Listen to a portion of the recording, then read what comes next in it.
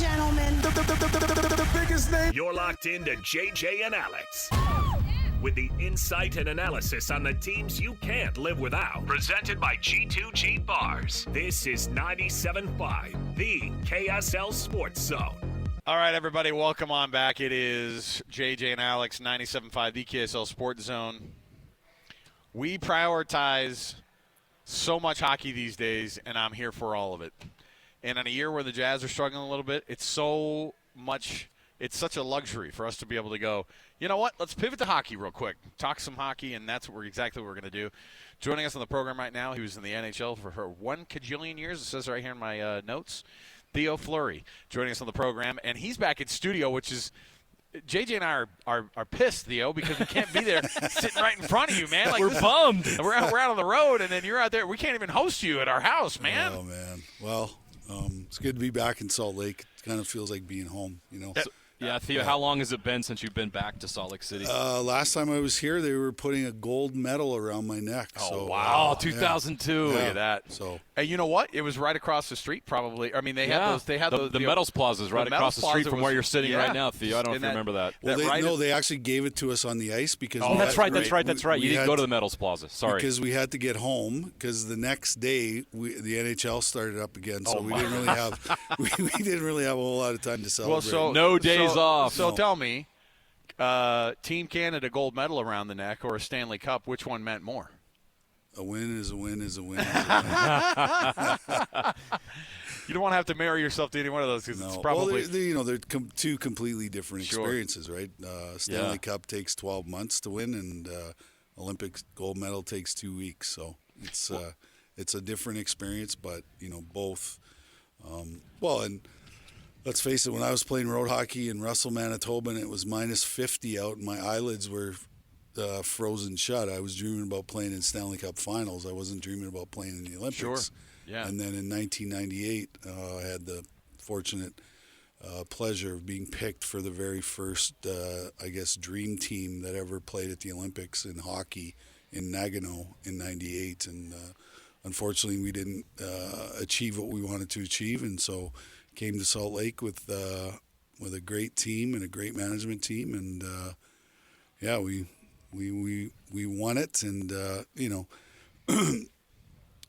it was a great. You couldn't have written a better script. Excuse me. It was Canada USA final in Salt Lake, and I'm so glad that the good guys came out on top on that one.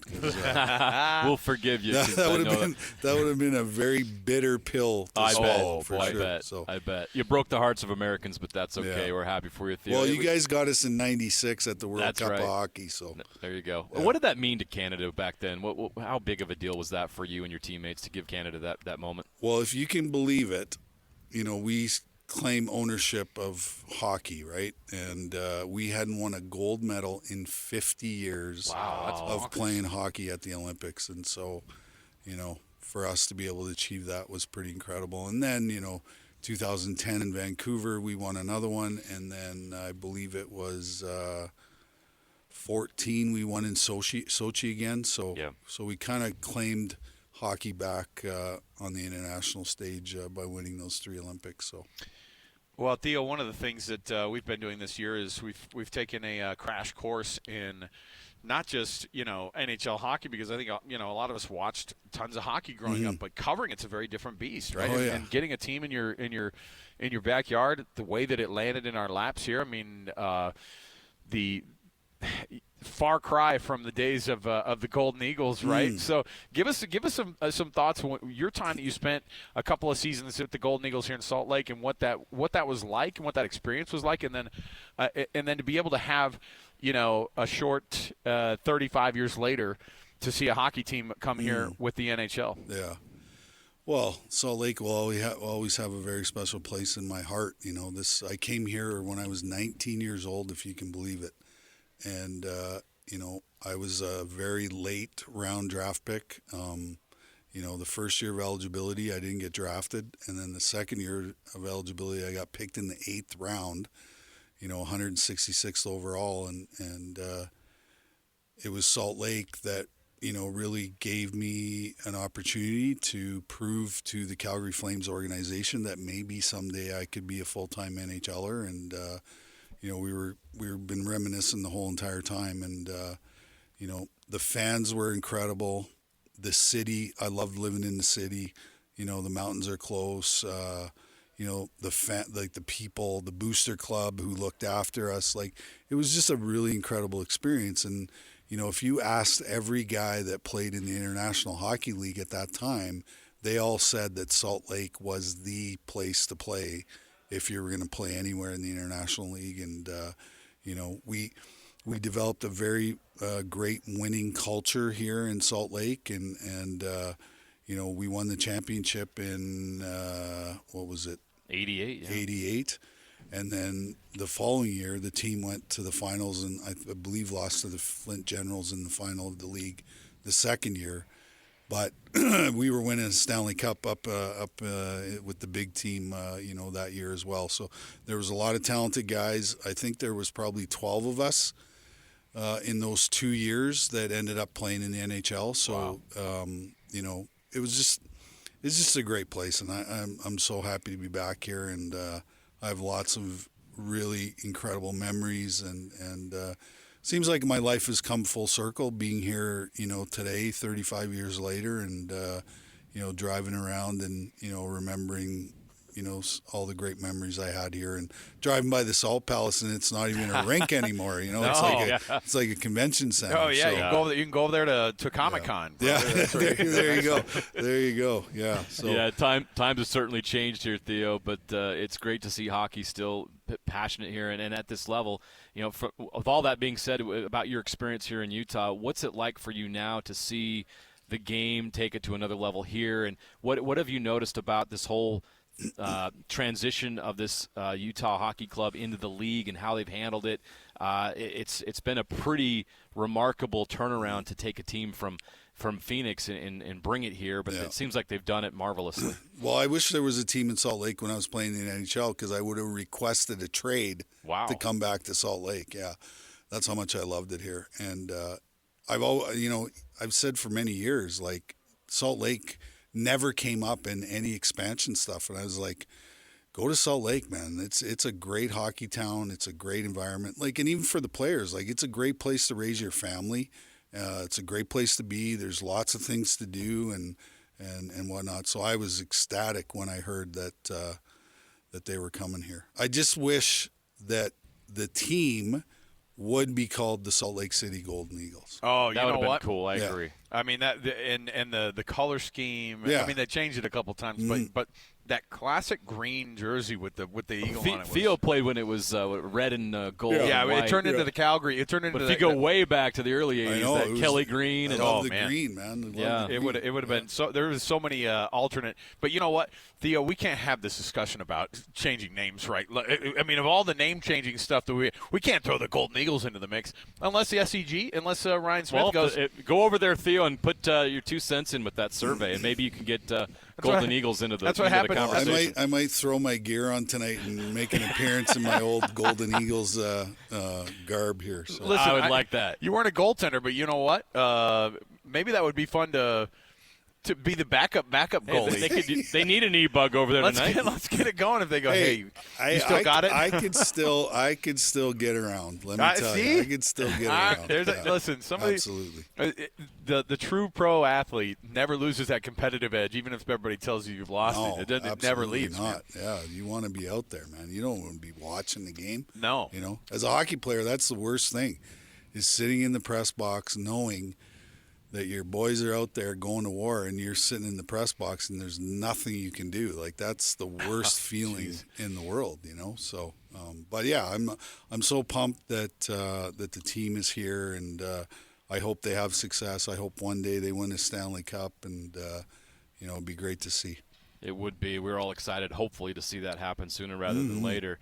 The league as a whole seems really healthy right now, Theo. The news broke today that the salary cap's going to go up significantly, all the way up to $113.5 million in 2027-28. It's crazy. When you were a player, could you ever have imagined that? Well, I was saying this today.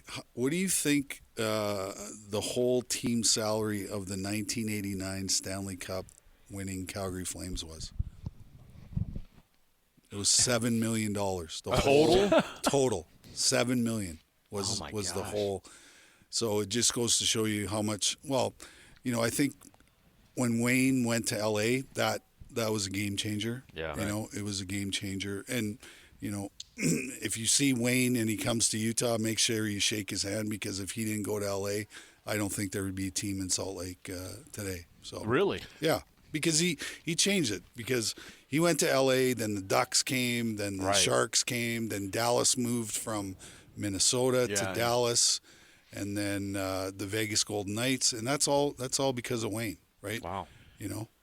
We were. I was living in Dallas when the Stars moved down from Minnesota down to Texas, and we were, we were a football town, right? This is the Dallas Cowboys, and we were, and for me as a kid who never really, we would go to I remember as a kid going to the Fort Worth Fire games, right? One of these things, just like, and just going there to watch the fights and maybe get like a dollar slice of pizza and just hang out. And I remember thinking, I don't know how well this NHL thing's going to go. How does a team leave Minnesota and come to freaking Texas? Like, that was our thought. Money, right? Money. For sure. Right? And I remember thinking to myself, I wonder how well this is going to go. And the rinks popped up. The youth programs popped up. The city was insanely in love with it, and they still are. Yeah. We were chatting last summer with Greg Ostertag, who played here at the Utah Jazz, and, of course, is a native Texan. And he goes, oh, no. And he owns a bar down there in Texas. And he's like, I like watching the NBA, but we're an NHL bar. I was like, he's in Dallas. He's a Stars guy, cool. and he's a former NBA guy. Well, it's the greatest spectator sport to watch live, because there's something going on all the time. Yep. Right? And you never know. A couple guys might want to drop the gloves and go at center ice, and that's exciting too. That hockey is still, or fighting is still in the game and is part of the game, and it is still a tactic that is used to change momentum of games and whatnot, and the fans love it. And I was not a guy that shied away from the physical part of the game, and that's what makes it exciting when you see a great body check, or you hear somebody get slammed against the boards and you're sitting in the second row. Like, that's pretty exciting to see that kind of stuff. And the game is ultra fast now, and it's played at a very high speed. And let's face it, I believe the greatest athletes in all of sports are the guys who play hockey, because there's so many different things that we got to do that not necessarily the other sports have to have a more all-rounded skill set to play the game. Hockey is such a physical sport, and so somebody would look at you, Theo, probably back in the day, and say, "There's no way you could play hockey," but you proved them wrong. How are you able to do it, and how are you able to overcome some of those physical shortcomings to become one of the all-time greats? Well, I competed at the highest level, right? I was willing to die in order to win, and I knew that most of the guys that I was playing against didn't compete at that level, and as a small guy, I needed to get room on the ice to do what I do best, and so I could actually intimidate guys with my competitiveness. And once I knew that a guy wasn't going to push back, well, I can take him anywhere on the ice and do whatever I wanted to him, and I knew that he wasn't going to push back. And so I got room, and then my God-given ability and talent came to the forefront, and I had an amazing 15-year career in the NHL, when basically when I was drafted by the Flames, they basically had me penciled into Salt Lake City, because they thought that I would put butts in the seats and bring the people out to watch the games. And I had other ideas, and I had bigger aspirations. And when I got here, I played with some really great players, guys like Rich Chernomaz and Randy Busick and Stu Grimson and Bobby Bodak. Like, the list just goes on. And like I said, 12 of us ended up playing in the NHL. And so we had a very special group of people that, when you win championships, those things happen very few and far between in your career. And when you get opportunities to win, you have to take those opportunities and get the job done. And we did certainly that first year. And then the second year we were every bit as good or better than the team before. So it was great to play here and be a part of Salt Lake City, because it's a great town. It is a great town. Yeah, it's awesome. And we had lots of fun here, man. It was great. There's something loaded behind there. You probably got some more stories, Theo, that you probably don't want to share on the radio. Those are the off-the-air stories. Man. I played in the old school era where we lived hard off the ice, and we lived hard when we played the game. So in Salt Lake, we had a lot of fun, and it was fun to be in the city for the amount of time that I was here, because I met a lot of amazing people and great people, and salt of the earth people, and that's what you want to have as an experience when you're a professional athlete. Is without the fans, there is no us, right? And when the fans show up and purchase tickets and buy jerseys and all that's afforded me a great life, and I always made time and made sure that the fans felt a part of what I was doing.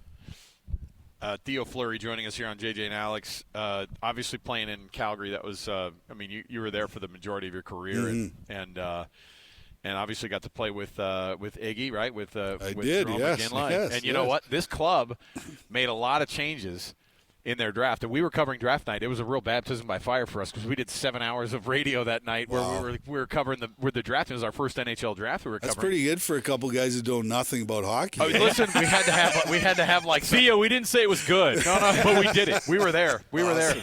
Awesome. We channeled all our other sports knowledge into becoming hockey experts that night. But and the club made a ton of moves to make sure that they got Tej that evening, and it was a massive coup for them. They loved it. Yeah. To be able to watch one of Jerome McGinley's kids as one of the youngest dudes in the draft and to get picked up that early in the first round, when you see that, first of all, what kind of a player and competitor was he, and what kind of a player do you think his son could be? Well, I played with Jerome when he was a rookie, and we sat many nights on bar stools, and I told him he was going to be the best player in the game, and I don't think he was completely convinced that he was going to be able to accomplish that. But he turned out to be an incredible player, kind of iconic in Calgary, and he played 20 some years, and so I hope that Tej is every bit as good as his dad was. Jerome loved to drop his gloves and get in there and fight too. And I've watched a little bit of Tej, and I see a lot of similarities in his game to the way that his dad played too. So hopefully, Tej can continue to develop and become an NHL superstar like his dad was, because if he does, that's great for Salt Lake City and the Salt Lake City market here. So. Theo, we appreciate the time you gave us. Theo Fleury, legend in the hockey community, and nice enough to join us here on the program there. I'm assuming that tonight you're going to have some fun there at the arena, so we hope that you enjoy Delta Center and you get to just totally soak it up and have fun. And thanks again for being on the program here. Yeah, and I just want to give a shout-out to the guys that brought me here, the Puck Drop podcast guys. They've been hounding me for months to come down here and I love it. And do it. And so I've spent the last 2 days with these guys, and they're great guys, and they love hockey every bit as much as I do. And so it's been great to be with them, and I can't wait to go to the game. I'm excited to see the building and see. I hear it's electric. I hear it's loud, and so I actually wish I was playing almost. I know. We gather that. I mean, my heavens, sometimes you can't take that dog. No. The fight sometimes leaves or the fight never really leaves. Sometimes that physicality. It's in our DNA, man. It'll never leave, man. Theo Fleury, thanks for hanging out with us, Theo. We appreciate it, man. Thanks, guys. Cheers. All right, there you go. Thanks, Theo. We'll take a break. Before we do, we're out here at the Doug Smith Mitsubishi here in American Fork. Boy, think about it. I think it's cool because you could hear in his voice, like, I got to play here in Salt Lake for 2 years, and that was a massive deal. And he's like preaching the gospel of hey, Salt Lake is a hockey place, you guys, you're gonna love it. And then when we always have to convince people to come here, right? I mean, it's like, come on down to Utah, man. It's like, I'm driving around today. Earlier this morning, it was blue skies, white mountains, and I'm going, of course this is a freaking hockey town, man. Of course it is. So I'll say something real quick before we move on that he only played 42 games here. And by listening to him just now, it felt like he played 4 seasons here. Well, he's like, I can't believe I'm back. Like, kind of. That's pretty crazy. cool that short period of time in his hockey career had that big of an impact for him. And that was a golden time for him because he was a rookie on that Flames team that won the Cup. So right. It's pretty cool. Well, and he only played 40 games here in Salt Lake, but he scored 37 goals in those 40 games. Isn't that crazy? In that one season. So that's 37 in 40 games. That's how you get called up that year, right? I mean, that's how they go, hey, look, you're kind of. He never came back down after that. Yeah, that's awesome. More to go around the corner. We have our NFL Blitz next. 97.5 the KSL Sports Zone.